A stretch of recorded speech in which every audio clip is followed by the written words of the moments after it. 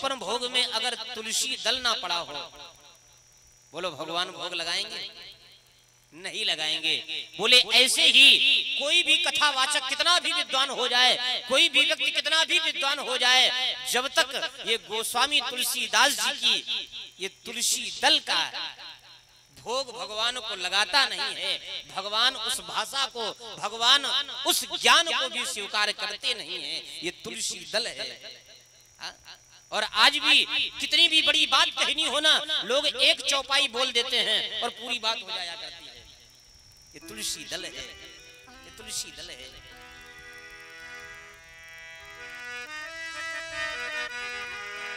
ये राम कथा एक की नहीं है। वर्णानामृत संघानाम,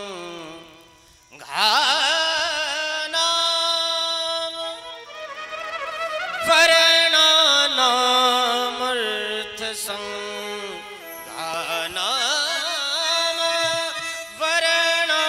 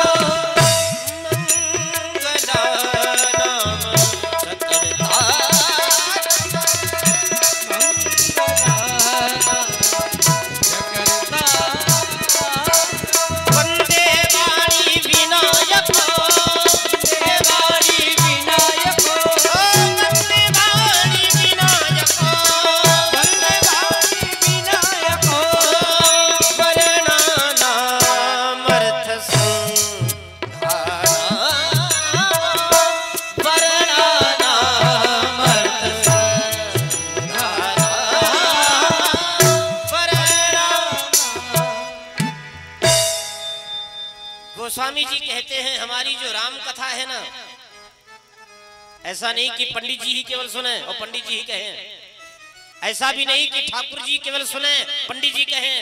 बोले नाना भैया, हमारी राम कथा किसी एक वर्ण की नहीं है, ध्यान देना, एक वर्ण की नहीं है। हमारी राम कथा सभी वर्णों की है। वो किसी भी वर्ण का, किसी भी जाति का क्यों ना हो, ब्राह्मण क्षत्रिय वैश्य और शूद्र कोई भी क्यों ना हो, हमारी राम कथा सबकी है। इसलिए गोस्वामी जी राम कथा के प्रारंभ में ही इशारा कर देते हैं, वर्णानामर्थ संघानाम। अच्छा देखो, रामचरितमानस का जो पहला शब्द है वो है वर्णा। राम कथा जो प्रारंभ हो रही वर्णा शब्द से प्रारंभ हो रही है। और राम कथा का जो विश्राम है, ते संसार पतंग घोरा किरण यद्रहंत मानवाः, वा शब्द से प्रारंभ होती है, वा शब्द से ही विश्राम ले लेती है। राम कथा जो प्रारंभ हो रही है वो वर्णा शब्द से प्रारंभ हो रही है, वर्णा। और जो विश्राम ले रही है मानवः, अर्थात वर्णा मानवः, मानवः वर्णा। जिस कथा के अंतर्गत मानव के चरित्रों का वर्णन किया गया हो, अर्थात मानव की कथा कही गई हो, समस्त वर्णों की कथा कही गई हो, वो है रामचरितमानस।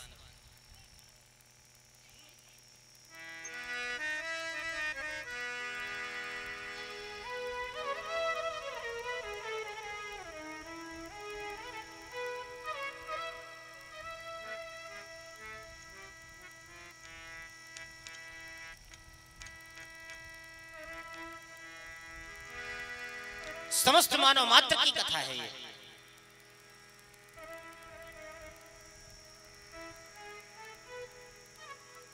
अच्छा, वा शब्द से ही प्रारंभ क्यों कर रहे हैं? एक बात और समझ लीजिए, सुखदेव जी के मुख से जो पहला शब्द निकला भागवत जी में, वर्यानेशिते प्रश्ना कृतो लोक हितो नपः। सुखदेव जी कहते हैं परीक्षित, जो आपने प्रश्न किया है ना, वर्यानेशिते प्रश्ना कृतो लोक हितो नपः, आपने जो प्रश्न किया वो समस्त मानव मात्र के कल्याण के निमित्त किया। पर देखिए, पर शब्द जो निकला वो वा था, वर्यानेश। और राम कथा को भी जो प्रारंभ किया ना, उसका भी शब्द क्या है, वा है, वर्ण। अर्थात ये लोग वा से ही प्रारंभ क्यों कर रहे हैं, समझिए, वा से ही क्यों प्रारंभ किया। वा अर्थात वकार, वकार अर्थात ब्रह्म। इन्होंने निराकार परमात्मा का, जो परमात्मा का कोई स्वरूप नहीं है, निराकार है, अपाणिपादो जहनो ग्रहीता। तो किसी ने गोस्वामी जी से पूछा, आप राम कथा को प्रारंभ कर रहे हो, सबसे पहले वंदना किसकी करोगे। हम लोग जब कोई कार्य करते हैं तो किसी कार्य के शुभारंभ में किसका ध्यान करते हैं, बोलो भाई, किसका, गणेश जी का। तो किसी ने गोस्वामी जी से कहा, आप राम कथा प्रारंभ करने जा रहे हो, आप गणेश जी का चिंतन करिए। गणेश जी बोले, नाना भैया गणेश जी का चिंतन नहीं करना। बोले तो, वंदे वाणी विनायक, वंदे वाणी विनायक, वंदे वंदे वाणी विनायक, वंदे वाणी विनायक, वंदे वाणी विनायक, विनायक, वंदे वाणी विनायक, वंदे वाणी विनायक, वंदे वाणी विनायक, वंदे वाणी विनायक, विनायक वाणी वंदे, विनायक वाणी वंदे, विनायक वाणी वंदे, वंदे वाणी विनायक, वंदे वाणी विनायक। गोस्वामी जी कहते हैं, सुनो भैया, हम गणेश जी की वंदना पहले नहीं करेंगे। बोले क्यों। बोले गणेश जी की वंदना तो तब हो पावेगी ना, गणेश जी बुद्धि के देवता हैं। बुद्धि तो हमारी तब ठीक होगी ना जब सरस्वती ये मति पहले ठीक हो जाए। बोलो, ये मति ही ठीक नहीं है। दिमाग का अगर एक नस कहीं गड़बड़ हो जाए, बोलो दिमाग इतना बड़ा होके क्या करेगा। बोले गणेश जी की वंदना बाद में करेंगे, पहले इस सरस्वती की वंदना करनी है, क्योंकि बिना सरस्वती की कृपा के ये बुद्धि भी कैसे सुधरेगी, नहीं सुधर पावेगी। तो किसी ने कहा, भैया एक बात बताइए, जो भगवान शंकर के उपासक होते हैं अगर मिलते हैं तो सीधे कहते हैं भैया हर हर महादेव। कोई राम जी का उपासक होता है तो सीधे कहता है भैया जय जय श्री राम।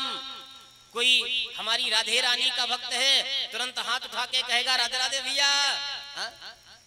तो जो जिसका आराध्य होता है अपने आराध्य का नाम लेता है।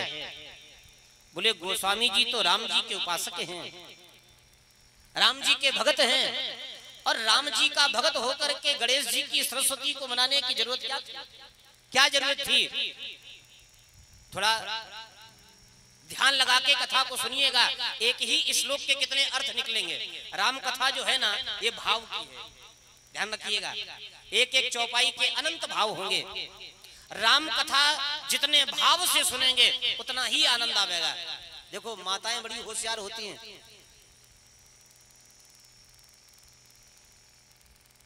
एक आलू और आलू को कितने प्रकार से आपको खिला दें, बोलो ये माताओं की महिमा है कि नहीं है। वो आलू परवल खिला दें, आलू गोभी खिला दें, क्या क्या खिला दें, कभी भुजिया खिला दें, कभी रसीली खिला दें। आलू तो वही है, पर कैसे स्वाद बनाकर खिला दी जाए ये बनाने वाले की विशेषता है। ऐसे राम कथा तो वही है, पर इस राम कथा में भाव कितने हैं, उन्हीं का तो आनंद है। जरा विचार करें, गोस्वामी जी से किसी ने कहा आप राम के उपासक होके सरस्वती गणेश जी की वंदना कर रहे हो। गोस्वामी जी बोले नाना भैया, वंदे वाणी विनायक